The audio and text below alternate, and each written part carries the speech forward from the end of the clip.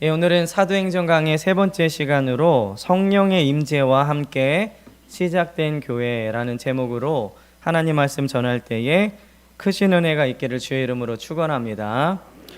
많은 감염 요인이 있지만 최근에 코로나 확진자가 증가하는 가운데 그 중심에는 유흥업소와 교회가 있다라고 보도하고 있습니다.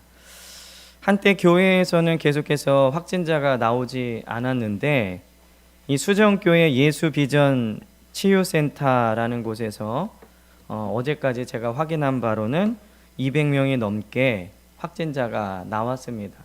그래서 사람들은 또 교회야 라고 생각을 하게 됐다는 것이죠. 지금의 방역 단계를 3주간 연장한다라는 정부 발표에도 사람들은 유흥주점과 교회만 2주간 문을 확 닫으면 잠잠해진다라고 댓글을 달 정도입니다. 이 언론에서 수정교회에 대해서 계속 보도를 해서 제가 수정교회가 어떤 곳인가 찾아봤습니다. 이 수정교회는 전국에 13개의 지교회가 있는 교회로 예수비전 치유센터라는 이름의 치유사역을 하는 교회입니다.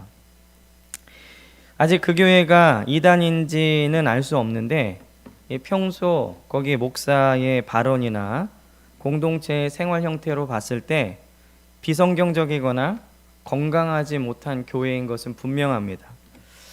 그 수정교회 목사가 이렇게 이야기했다고 합니다. 나에게 기도 받으면 다 치유된다. 나에게, 그러니까 자기가 중심이 된 거죠.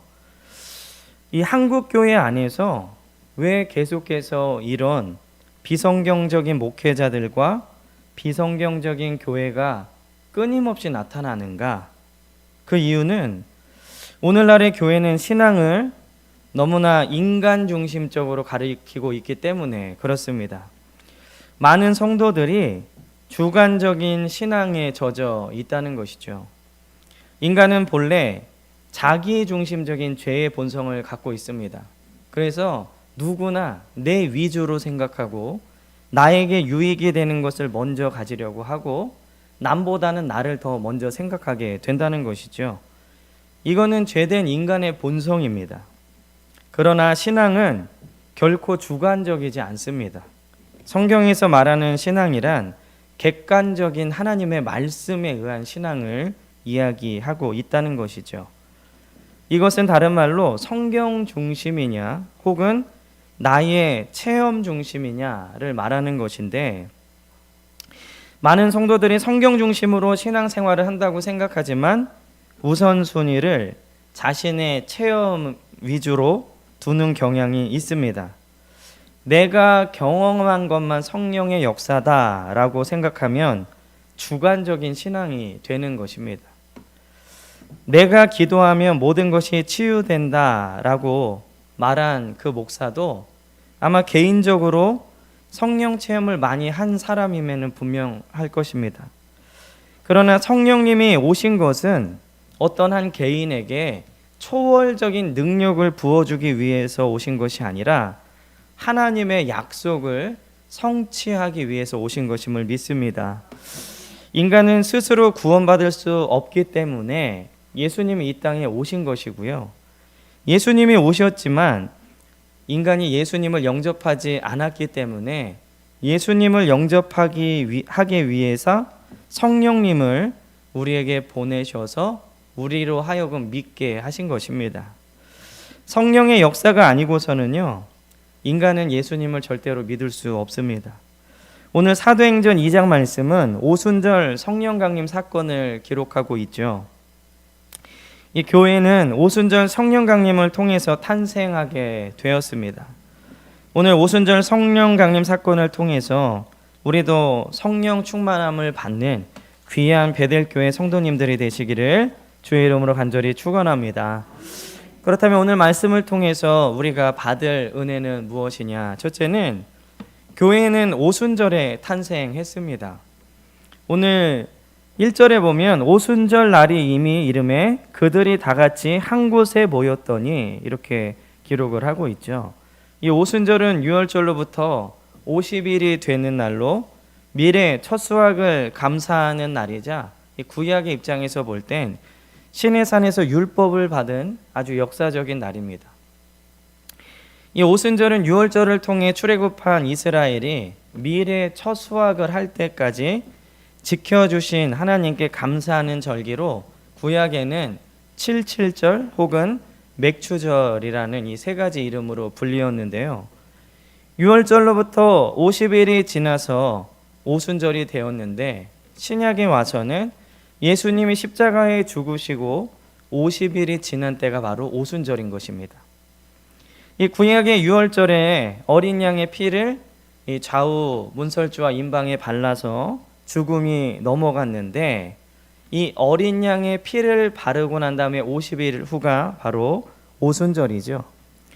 신약에서는 십자가에서 죽으신 예수님의 보혈로 영원한 죽음이 넘어갔습니다.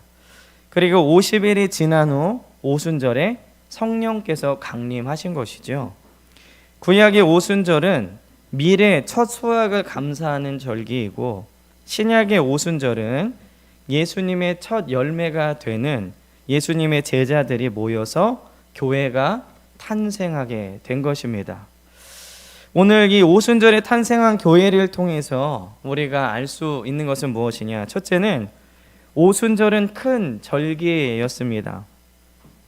이 구약의 이스라엘에게나 예수님의 제자들에게나 오늘을 사는 우리에게 오순절은 큰 절기죠. 그래서 우리가 맥주 감사절로 지키고 있는데 이 오순절에 경건한 유대인들이 천하 각국으로부터 와서 예루살렘에 머물러 있었습니다. 오늘 5절에 보니까 그때 경건한 유대인들이 천하 각국으로부터 와서 예루살렘에 머물러 있더니 이 천하 각국은 뭐 지구 전체를 얘기하는 건 아닙니다. 뭐 아프리카, 뭐 아메리카 이런 대륙에서 온 건 아니고 이 유대 이스라엘을 중심으로 주변에 퍼져 있었던 디아스포라 유대인들이 이 오순절을 맞이해서 예루살렘으로 왔다라는 얘기죠. 성령님께서 오순절에 강림하신 이유가 바로 몇 가지가 있는데 여기에 있습니다. 큰 절기에 모여 있는 많은 사람들에게 복음을 전할 기회를 주시기 위해서 오순절에 임하신 것입니다. 이따 후에 더 자세히 말씀드리겠지만 성령님이 오셔서 제일 먼저 하신 일이 바로 다른 언어들을 말하게 하신 것인데 이 사람이 많이 모여 있을 때 그들이 들을 수 있는 말을 주심으로 복음을 전할 기회를 얻게 하신 것이라는 것이죠. 여기서 우리는 교회의 사명을 발견할 수 있습니다. 교회의 사명은 많은 사람들에게 온 민족에게 복음을 전하는 것입니다. 성령께서 기억나게 하신 예수님의 말씀을 전하는 것이 바로 교회의 사명입니다. 우리는 복음을 전해야 하는 사명을 받은 자들인 줄 믿습니다. 이 성령 충만함을 받으면 능력이 생기고 미래를 알 수 있는 그러한 힘이 생기고 하는 일마다 잘 되는 게 성령 충만이 아니라 성령 충만은 오직 주님의 말씀을 전하기 위해서 부어주시는 하나님의 은혜인 줄 믿습니다. 오늘 우리가 주의 말씀을 전하길 원한다면 먼저 성령의 충만함을 받아야 됩니다. 오늘 이 오순절에 탄생한 교회를 통해 알 수 있는 두 번째는 오순절은 주일이었습니다. 오늘 성령께서 임하신 날은 안식일이 지나고 세상 사람들은 일요일이라고 말하는 주일이었습니다. 어떤 사람들은 성경을 아무리 읽어도 하나님께서 안식일을 지키라 라는 말씀은 하셨어도 주일을 지키라 라는 말씀은 하지 않으셨다라고 반문하는 사람들이 있습니다. 물론 문자적으로는 주일을 지키라 라는 말은 안 나오죠. 이것은 이 안식일교를 믿는 사람들은 이 문자적으로 성경을 해석을 하는데 그들은 이 문자 안에 있는 복음적인 의미는 해석하지 않고요. 문자 그대로 지키기 때문에 지금도 토요일 날 모여서 예배를 드리고 그리고 구약에서 금하고 있는 돼지고기 그리고 오징어 이런 것들을 먹지 않습니다. 그러나 문자적으로만 지켜서 될 일은 아니죠. 이 주일이 성경에 문자적으로 기록되어 있지 않다고 해서 주일을 지키지 않는 것이 아니고, 그렇게 따지면 삼위일체 하나님은 성경에 한마디도 나오지 않고요, 우리가 주님 오실 날을 기대하고 있는 휴거라는 말도 나오지 않습니다. 주일은 예수님이 부활하신 날이고요, 주일은 성령님이 강림하신 날입니다. 주일에 주님도 부활하시고 성령님도 강림하셨고 교회를 세워 공동체로 모인 제자들도 주일에 모였다면 우리도 당연히 주일에 모여야 합니다. 예수님의 부활과 성령님이 임하신 날은 교회의 기념이 되고 그 자체로 큰 의미를 지니기 때문에 그렇죠. 성령님의 임재로 교회가 시작되었는데 그 시작된 날이 주일이면 우리는 주일에 모여야 합니다. 이 하나님의 계시는 점진성을 가지고 있습니다. 이걸 계시의 점진성이라고 그러는데, 예를 들면 하나님은 아브라함에게 하늘의 별과 같은 후손을 주시겠다라고 약속하셨죠. 근데 창세기를 보면 아브라함은 생전에 8명의 아들만 보고 죽습니다. 하늘의 별이 8개는 아니잖아요, 그죠? 그런데 오늘을 사는 우리는 그게 어떤 의미인지 알 수 있습니다. 예수님의 십자가의 구원으로 많은 사람들이 영적 아브라함의 후손이 되었죠. 이 계시는 아브라함 때까지는 8명밖에 보지 못했지만 결국 지나고 난 다음에 이 약속이 이루어진 것을 우리는 알 수 있습니다. 이게 계시의 점진성인데요, 이 구약의 성도보다 신약의 성도들은 복음의 비밀을 더 많이 알게 되었습니다. 구약의 약속이 신약의 약속으로, 그리고 율법이 복음으로, 그리고 안식일에서 주일로 바뀐 것이죠. 그러므로 우리는 주일을 지키는 것에 대해서 아무런 거리낌이나 어려움이 없어야 될 줄 믿습니다. 오늘 이 오순절 교회가 생긴 것에 대해서 우리가 알 수 있는 세 번째는, 제자들은 오순절에 한 곳에 모였습니다. 1절에 보니까 한 곳에 모였다라고 이렇게 기록을 하고 있죠. 이 과거보다 교회의 정체성에 대해 의문을 품는 사람들이 많아졌습니다. 구원받은 사람이 왜 주일에 교회에 모여야 되는가? 제가 이 말씀은 수요일 날 잠깐 전했는데요, 예수님을 믿으니 이 땅에서 즐겁게 살다가 이 다음에 천국에 가면 된다라고 생각하는 사람들이 무교회주의자들이다라고 말씀을 드렸습니다. 물론 자신이 무교회주의라는 것을 인식을 못하는 사람들이 대부분이지만, 예수님을 믿으면 교회 나가지 않아도 나중에 천국 간다고 생각하는 사람들이 다 무교회주의자들입니다. 그러나 성령께서 강림하실 때 제자들은 한 곳에 공동체로 모여 있었습니다. 그리고 그날은 주일이라고 말씀을 드렸죠. 그리고 성령 강림하신 후에 한 곳에 모여 제자들은 기도하고 예배하고 나가서 말씀을 전하고 어려운 자들에게 구제를 베풀었습니다. 그러므로 우리는 주일에 모여 예배하고 복음을 전하고 어려운 사람들을 돕는 일을 계속해야 합니다. 이것이 바로 초대교회의 모습이었죠. 성령께서 강림하신 후에 세워진 초대교회의 모습과 역할에 대해서는 사도행전을 강해가면서 계속해서 전할 것입니다.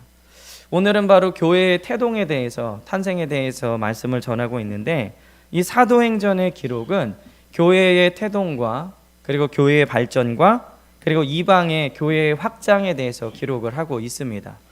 물론 사도들의 행전, 사도들의 업적을 기록한 것이지만 그 사도들의 업적은 바로 교회의 탄생과 확장과 발전입니다. 그렇기 때문에 초대교회가 했던 일들이 바로 우리가 해야 될 일들인 줄 믿습니다. 오늘 초대교회와 같이 거룩한 공동체로, 또 주님의 몸된 교회로 성령 충만함을 받는 귀한 우리 베델교회 성도님들 되시기를 주의 이름으로 간절히 축원합니다. 두 번째로, 성령님은 오순절에 강림하셨습니다. 오늘 2절에서 4절에 보면은 이 성령께서 일어나실 때의 역사를 기록을 하고 있죠. 성령께서 강림하실 때 성경은 하늘로부터 급하고 강한 바람 소리가 났고 마치 불의 혀처럼 갈라지는 것들이 그들에게 보였다라고 기록을 하고 있습니다. 그러니까 뭐 예전에 전설의 고향에 뭐 바람이 휙 불어서 촛불이 꺼지는 것처럼 그런 어떤 급하고 강한 바람 같은 소리가 나면서 각 사람에게 이 불의 혀, 여러분 모닥불 보면 불이 이렇게 타오르면서 갈라지는 것처럼 보이죠? 그러한 형상이 사람에게 보였다라고 기록을 하고 있습니다. 그럼 여러분들 성령 체험을 하실 때, 그리고 성령 집회 같은 걸 하실 때 혹시 이런 바람 소리나 어떤 사람 머리 위에 불의 혀가 갈라지는 걸 보신 적이 있으신가요? 이런 경험을 하신 적 있으신가요? 혹시? 없으시죠? 그러면 우리가 지금까지 경험한 성령의 은혜는 성령의 역사가 아닌가요? 그렇지 않죠. 지금 오늘 이 사도행전의 기록은 처음 성령이 임하셨을 때의 그 모습을 기록한 것입니다. 하늘로부터 임하셨기 때문에 이런 현상이 일어났고요. 이것은 성령님이 강림하실 때 처음이자 마지막으로 있었던 일입니다. 그 다음부터는 성령님이 사람에게 내주하셔서 사람과 사람 사이로 성령의 역사가 일어나는 것이죠. 그렇기 때문에 이런 뭐 바람 소리, 사람 위에 불의 혀가 갈라지는 모습이 보이지 않는다고 해서 우리에게 일어난 역사가 성령의 역사가 아니라고 단정 지을 수 없습니다. 그럼 이 성령께서 강림하신 것을 통해서 오늘 우리가 알 수 있는 것은 무엇이냐? 첫째는 성령께서 강림하신 것은 모인 모든 사람들이 알 수 있었습니다. 오늘 2절에 보니까요, 호련히 하늘로부터 급하고 강한 바람 같은 소리가 있어 라고 기록을 하고 있죠. 이 급하고 강한 바람이 부는데 어떤 사람은 느끼고 어떤 사람은 느끼지 못할 리가 없죠. 예를 들면 태풍 같은 바람이 부는데 그래서 막 우산이 뒤집혀지고 코트를 막 덮어도 막 이렇게 되는 그런 바람이 부는데 어떤 사람은 바람이 부는지도 몰라요. 이런 일은 있을 수 없습니다. 마찬가지로 오순절 한 곳에 모인 모든 무리가 성령께서 임하셨다는 것을 다 알 수 있었다는 것이죠. 이처럼 성령 충만한 사람은 나도 알고 다른 사람도 알게 된다는 것입니다. 이런 성령의 역사는 또 나에게도 유익할 뿐만 아니라 다른 사람들도 유익하게 된다는 것이죠. 나에게 기도를 받으면 모든 것이 치유된다라고 말했던 그 목사가 정작 기도해 주던 사람들에게 코로나가 전파됐다는 것은 이건 성령의 역사가 아닙니다. 우리 사랑하는 베델교회 성도들은요, 초대교회 성도들이 받았던 이 성령의 충만함을 모두 받는 여러분들이 되시기를 주의 이름으로 축원합니다. 오늘 성령께서 임하셨다는 것은 두 번째로는 성령께서 강림하실 때 온 집에 가득했습니다. 오늘 2절 후반에 보면요, 그들이 앉은 온 집에 가득하며, 이 성령께서 오셔서 충만하게 하실 때에는 온 집에 가득하게 하십니다. 어느 한 곳 빈 공간이 없다는 얘기죠. 그것은 마치 불을 켰을 때에 어둠이 사라지고 모든 곳이 밝아지는 것과 마찬가지입니다. 온 집 안에 가득했다는 것은요, 어느 한 사람도 성령 충만을 받지 못한 사람이 없었다라는 얘기입니다. 그리고 그 말은 적게 받고 많이 받고의 차이도 없었다라는 얘기죠. 충만이라는 뜻을 여러분들이 아실 텐데, 컵에 물이 차여질 때에 차도록 넘치게 꽉 차게 들어있는 상태를 충만이라고 말하는 것입니다. 즉, 이 공동체에 있는 한 곳에 모여있는 이들 중에 적게 받은 사람, 많이 받은 사람이 아니라 모두 넘치도록 받았다는 얘기예요. 성령 충만의 역사는 공동체의 역사인 줄 믿습니다. 제자 공동체에 있는 모든 사람들이 성령을 충만하게 받은 것처럼 우리 베델교회 공동체에 있는 여러분들도 모두 충만하게 받으시기를 주의 이름으로 축원합니다. 누구는 충만하고 누구는 메말라서는 안 된다는 것이죠. 그리고 이 성령께서 임하신 것에 알 수 있는 세 번째는 성령께서는 공동체 위에 임하셨지만 또 각 개인 위에 임하셨습니다. 오늘 3절 후반절에 보면 각 사람 위에 하나씩 임하여 있더니 한 사람 앞에 하나씩 이 불의 혀가 갈라지는 것들이 보였다는 얘기예요. 이것은 무슨 얘기냐면은 하나님 성령님은 공동체로 임하셨지만 그 공동체 안에 한 번의 묶음으로 임한 게 아니라 각 개인에게 임하셨다는 얘기인데, 이 얘기는 곧 성령께서는 인격적인 분이시라는 것을 상징하는 겁니다. 우리 각 개인 한 명 한 명을 성령께서 직접 만나 주셨다는 거예요. 성령님이 임하신 역사는 공동체로 임하셨지만 저와 여러분 한 명 한 명을 다 깊이 만나 주신다는 얘기죠. 성령님이 인격적이시고 우리를 만나 주셨다는 것은 우리도 그분의 인격을 닮아야 된다라는 말씀을 의미하는 것입니다. 자, 그렇다면 이 오순절 성령 강림이 의미하는 건 뭘까요? 성령님이 오셨다는 의미는, 첫째는 아담의 타락으로 떠나신 하나님의 영이 돌아오신 것입니다. 이 창세기 6장 3절에 보면 여호와께서 이르시되 나의 영이 영원히 사람과 함께하지 아니하리니 이는 그들이 육신이 됨이라. 그러나 그들의 날은 120년이 되리라 하시니라. 우리가 이 창세기 6장부터 9장까지는 홍수 이야기를 기록을 하고 있는데요. 홍수가 일어나기 전에 어떤 일이 있었냐면 하나님의 영이 사람들을 떠나게 됐습니다. 인간의 범죄는 하나님의 영을 떠나게 했습니다. 그리고 하나님의 영이 떠난 인간은 마침내 홍수 심판이라는 무서운 형벌 앞에 놓이게 됐죠. 마찬가지로 성령께서 임하셨는데 성령의 충만함을, 성령을 받지 못하고 예수님을 거부한 사람들에게는 지옥 형벌이라는 무서운 심판이 놓여지게 되는 것입니다. 그런데 이 창세기 말씀에 하나님의 영이 영원히 사람들과 함께하지 않겠다라고 하셨는데 어째서 오순절에 성령님, 하나님의 영이 다시 오셨는가? 우선 이 말씀의 의미는 하나님의 영이 떠나겠다는 얘기가 아니에요. 한국 성경에 보면 하나님의 영이 영원히 한 사람과 함께하지 않겠다라고 기록되어 있지만 이 말씀의 의미는 하나님의 영이 더 이상 사람들을 주장하지 않겠다, 이끌어가지 않겠다라는 의미입니다. 즉 죄를 지은 인간은 하나님의 영의 인도함을 받지 못하고요, 자기 마음대로 살아가다가 결국 홍수 심판을 당하게 되는 것입니다. 그러면 하나님은 이 영원히 거두신다고 말씀하셨던 하나님의 영을 왜 오순절에 보내셨는가?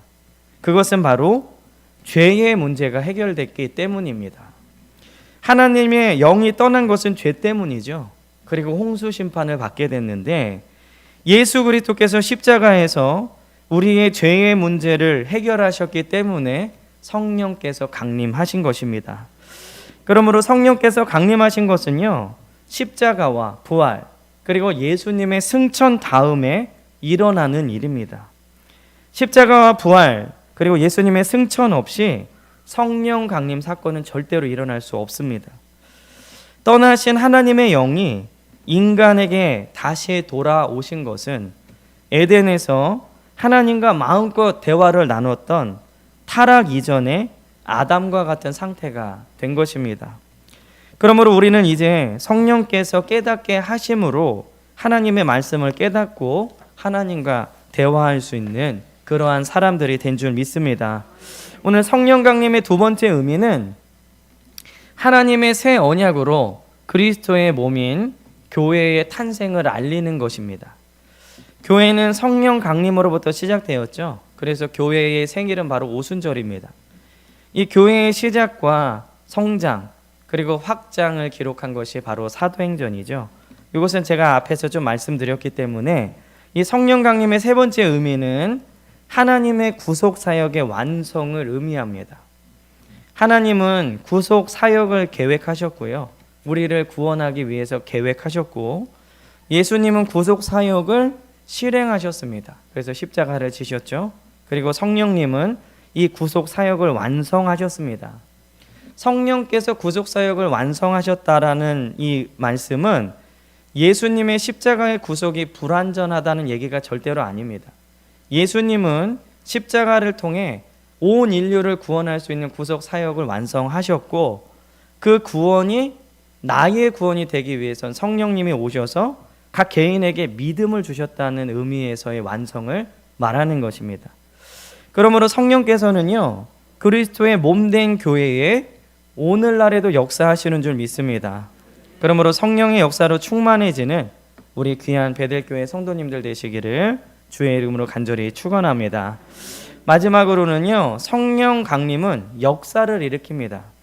오늘 5절에서 13절에 보면은 이 각국에서 온 유대인들과 혹은 유대인으로 개종한 사람들이 예루살렘으로 모였죠. 그런 사람들이 모여있는 오순절에 성령께서 오셔서 놀라운 일들이 일어났습니다. 오늘 4절에 보면 가장 먼저 일어난 일은 제자들이 다른 언어를 말하는 것이었죠. 성령께서 강림하신 후에 가장 먼저 일어난 것은 말이 바뀌는 거였습니다. 성령님이 임하실 때에 죽은 자를 살리시든 지진이 일어나서 거기에 모인 많은 사람들이 제자들을 주목하게 하실 수도 있었는데, 왜 성령께서 임하셔서 가장 먼저 하신 일이 다른 언어들로 말하게 하셨을까요? 그것은 바로 예수님의 명령 때문입니다. 예수님이 승천하시면서 모든 민족에게 복음을 전하라 라고 말씀하셨죠. 모든 민족들이 복음을 듣기 위해서 그들이 이해할 수 있는 언어로 전달해야 되는데, 제자들이 사용하던 아람 방언이나 시리아 방언으로는 전달에 한계가 있었습니다.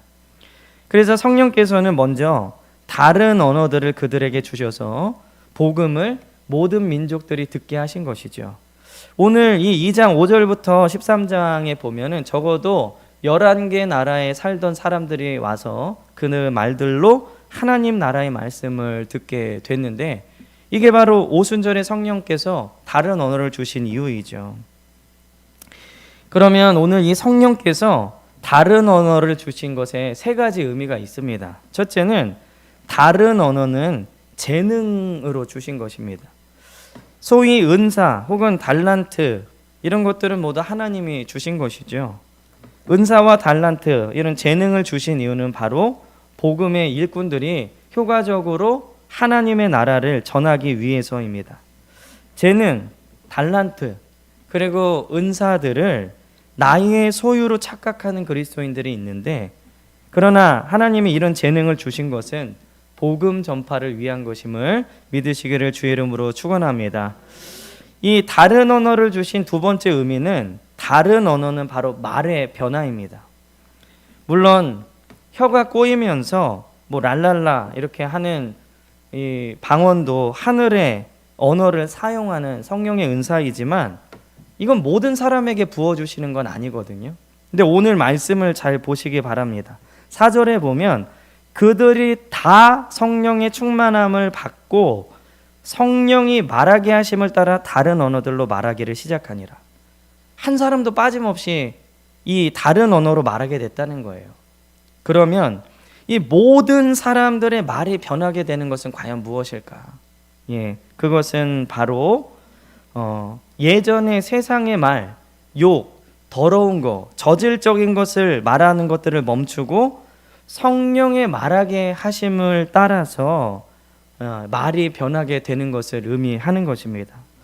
저는 가끔 설교를 들을 때 강단에서 반말을 하거나 욕을 하거나 혹은 저질적인 농담을 하는 설교들을 들을 때마다 저건 성령께서 주시는 말씀이 아니라는 그런 생각을 하게 됩니다. 하나님 말씀을 전할 때에는 우리가 최대한 공손하게, 그리고 하나님의 뜻을 분명하게, 우리가 다음 주에 보겠지만 이제 14절 이후에 베드로의 설교가 나오는데, 베드로의 설교는 단호하면서도 정중했습니다. 죄에 대해서는 단호하게 말하지만 세상의 저질적인 농담은 하나님 말씀을 전하는데 필요 없다는 것이죠. 마찬가지로 예수 믿고 성령 받은 사람도 말의 변화가 있어야 되는데, 여전히 더러운 말들하고 여전히 욕하고 광야에서 멸망한 이스라엘처럼 원망과 불평을 하는 사람들이 있습니다. 예전에 사용했던 욕과 원망과 저주의 말이 이제는 칭찬과 사랑과 축복의 말로 바뀌는 것이 바로 성령의 역사이며 모든 사람들에게 주시는 바로 다른 언어인 줄 믿습니다. 오늘 이 다른 말을 하게 하셨다는 세 번째 의미는 서로 이해하도록 하신 것입니다. 오늘 본문의 기록을 보면요, 다른 언어들로 말하였음에도 불구하고 서로 소통이 가능했습니다. 오늘 11절에 보면 이렇게 기록하고 있죠. 그레데인과 아라비아인들이라 우리가 다 우리의 각 언어로 하나님의 큰 일을 말함을 듣는도다. 성령으로 타인의 언어와 문화를 이해하게 됐고 하나님께서 행하신 큰 일을 서로 말하게 됐습니다. 서로 이해하게 됐다는 것이죠. 저는 이 말씀을 보면서 우리는 살면서 말이 안 통하는 사람들을 종종 만나게 됩니다. 여러분, 그런 경우가 있죠. 말이 안 통하는 사람. 우리는 그런 사람을 보면 멀리하거나 혹은 점점 대화를 하지 않거나 답답해합니다. 그러나 성령의 역사는 그런 사람들까지도 이해할 수 있게 하십니다. 성령 강림 사건은 실제적인 사건이었고요. 지금도 우리에게 성령께서 역사하십니다. 그래서 성령께서 충만하게 역사하시면 서로를 이해하고 그 사람을 이해하면서 그 사람을 사랑할 수 있는 힘이 생기게 되는 것이죠. 원수를 사랑하라 라는 예수님의 명령은 우리 본성의 힘으로는 절대로 될 수 없는 것입니다. 그러나 성령께서 역사하시면 우리는 성령의 인격을 닮아 사랑할 수 있는 사람이 되는 것이죠. 교회의 시작은 성령 강림으로부터 시작이 되었습니다. 우리 사랑하는 베델교회 성도님들은 모두 성령의 충만함을 받으셔서 언어가 바뀌고 인격이 바뀌고 그리고 여러분들을 통해 많은 이들에게 복음을 전하는 데 귀하게 쓰임받는 저와 여러분들 되시기를 주의 이름으로 간절히 축원합니다. 기도하겠습니다.